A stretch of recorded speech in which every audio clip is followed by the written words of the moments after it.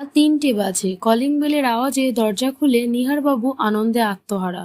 তাহলে তোর রাগ পড়লো মা? তুই সেদিন রেগে চলে গেলি। তারপরে খুব অসহায় লাগছিল। তোমাদের উপরে কেন রাগতে যাব? মা কোথায়? পাশের রুম থেকে মায়ের উত্তর এলো। আমার ঘুম পেয়েছে, আমি এখন কারোর সাথে কথা বলতে পারবো না। সোনালি নিজের হাসি চেক করে নিয়েছে। ও জানি যে মা ওর উপরে গোসা করে আছে। একটু মজা করেই সোনালি জানতে চাইল, বাহ, কোনোদিন তো তোমায় দুপুরে ঘুমাতে দেখিনি। তোমার শরীর ঠিক আছে তো? আমার শরীরের ভালো মন্দ নিয়ে কার কি আসে যায়? সোনালি আর কোনো উত্তর দেয়নি। বাবা মায়ের যথেষ্ট দেখভাল করা খুবই দরকার। সময় সময় খাবার দেওয়া, ওষুধ দেওয়া, গল্প করা, তাদের বকবক শোনা। হাজারটা রোগ নিয়ে দুজনে বেঁচে আছে। তার উপরে সোনালির সমস্যাটা যেন গোদের উপর বিস্ফোরা। বুড়ো বুড়িকে আরো অসুস্থ করে তুলেছে। সোনালি বুঝতে পারছে যে বাবা খুব চিন্তিত, তাই চুপ করে আছে। তাই পরিবেশটাকে নর্মাল করার জন্য সোনালি নিজেই বলল, বাবা চা খাবে? নিহারবাবু মনে হয় এটাই চাইছিলেন। ওহো, নিশ্চয়ই খাবো। কিন্তু তুই আবার কষ্ট করে বানাবি মা? তাই বলছিলাম। সে যাই হোক, সোনালি মাকে শুনিয়ে শুনিয়ে বলল, আমি আর বাবা ছাড়া এ বাড়িতে কি কেউ আর আছে যে আদা আর এলাচ দিয়ে টেস্টি টেস্টি চা খেতে ইচ্ছুক? ভিতরে ঘরের থেকে জবাব এলো, আমার ইচ্ছে নেই। যার যার খাওয়ার ইচ্ছে তারা তারা চা খাক। ঠিক আছে, ঠিক আছে, 2 কাপ জল বসাচ্ছি বলে রাখলাম। পরে যেন আবার না শুনি আমায় কেন জিজ্ঞেস করা হলো না। আমি কি এবাড়ির কেউ নই? এসব মন্তব্য যেন শুনতে না পায়। ভিতরের ঘর থেকে কোনো জবাব নেই। সোনালি কয়েক সেকেন্ড চুপ করে থেকে বলল, ঠিক আছে, তবে 2 কাপই চাই, ফাইনাল। 2 কাপে তালা লাগাচ্ছি। কম্পিউটার জি, 2 কাপে তালা লাগাও। সাথে সাথে জবাব এলো। তবে ভাব পাচ্ছে বারবার করে বলার কারণে আমি চা খেতে রাজি হলাম। তবে আমার রাগ কিন্তু কমেনি। সোনালি চা বানিয়ে এনে মায়ের বিছানার পাশে টেবিলে কাপটা রেখে এসেছে। তবে মায়ের চোখে চোখ রাখেনি। না তো মাও সোনালির চোখের দিকে তাকিয়েছে। চায়ের কাপে চুমুক দিয়ে নিহারবাবু বললেন, গত মাসে যে ইন্টারভিউটা দিয়েছিলিস সে ব্যাপারে ওরা পজিটিভ কিছু বললো? না বাবা, ওটা হবে না। তবে অন্য আর একটা ভ্যাকেন্সির খোঁজ পেয়েছি। কাজটা কিসের? কোথায়? ক্লার্ক অফিসটা ডায়মন্ড হারবারের কাছে জোকায়। সে কি? এ তো ক্লিনিক্যাল কাজ। তাও আবার এত দূরে যেতে হবে? আমার শিক্ষাগত যোগ্যতায় কেরানির চাকরি ছাড়া আর কি জুটবে? আর সেটাও বা জুটেছে কোথায়? পাশের রুম থেকে সব দৌড়ে এলো। আলতু ফালতু কাজ করবার দরকার নেই। আমাদের কি টাকা পয়সার অভাব আছে? সোনালি হেসে ফেলেছে। আমার জন্য এ বাড়িতে কেউ এতটা ভাবে সেটা আমি জানতাম না। হ্যাঁ, সেটাও ঠিক। আমরা তার জন্য কেনই বা ভাববো যে আমাদের ছুঁড়ে ফেলে দিয়ে হঠাৎ করে চলে গেছে? সোনালির অনেক কিছু বলতে ইচ্ছে করছিল, কিন্তু ও বলেনি, চুপ করে বসেছিল। নিহারবাবু ব্যালকনিতে দাঁড়িয়ে সিগারেট জ্বালিয়েছে। সেই দেখে সোনালি বেশ রাগের স্বরে বলল, এসব আবার কবে থেকে শুরু করলে?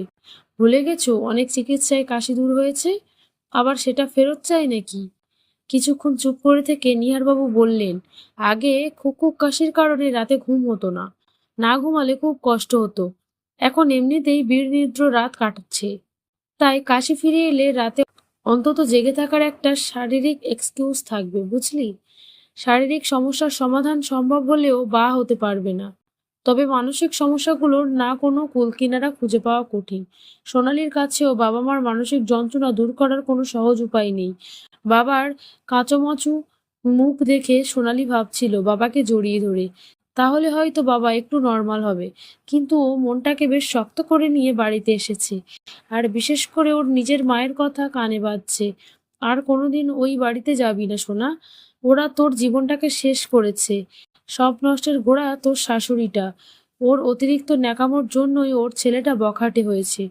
মায়ের নজর এড়িয়ে বাহানা বানিয়ে আজ গোপনেও এসেছে শ্বশুর শাশুড়িদের সাথে দেখা করতে। নিহারবাবু এবং ওনার স্ত্রী তাদের বৌমা সোনালীকে নিজেদের মেয়ের মতো মনে করে।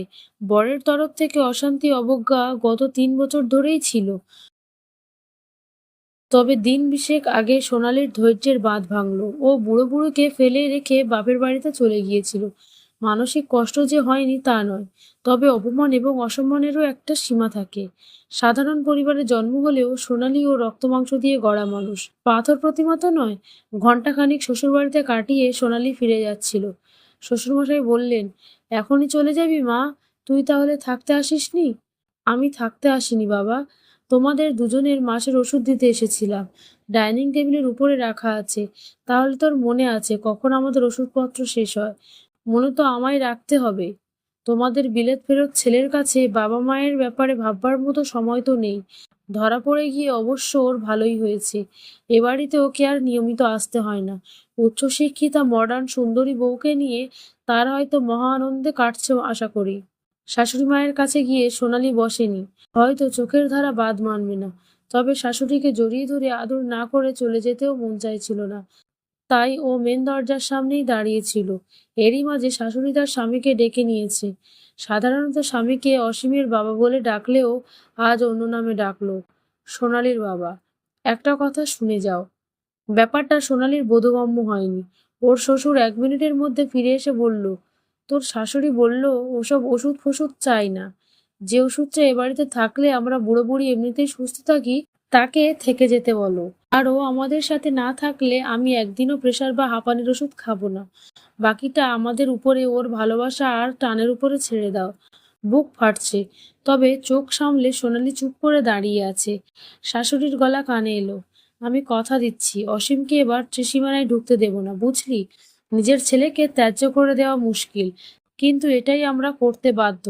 তোদের আইনগতভাবে ডিভোর্স হয়ে গেলে সুপাত্র দেখে তোর বিয়ে দেব। মা বাবাকে বলিস চিন্তা না করতে। আমার ছেলে তোকে ঠকিয়েছে, সম্মান দেয়নি। তবে আমরা নিজেদের দায়িত্ব পালনে বদ্ধপরিকর। চলে যাস না মা।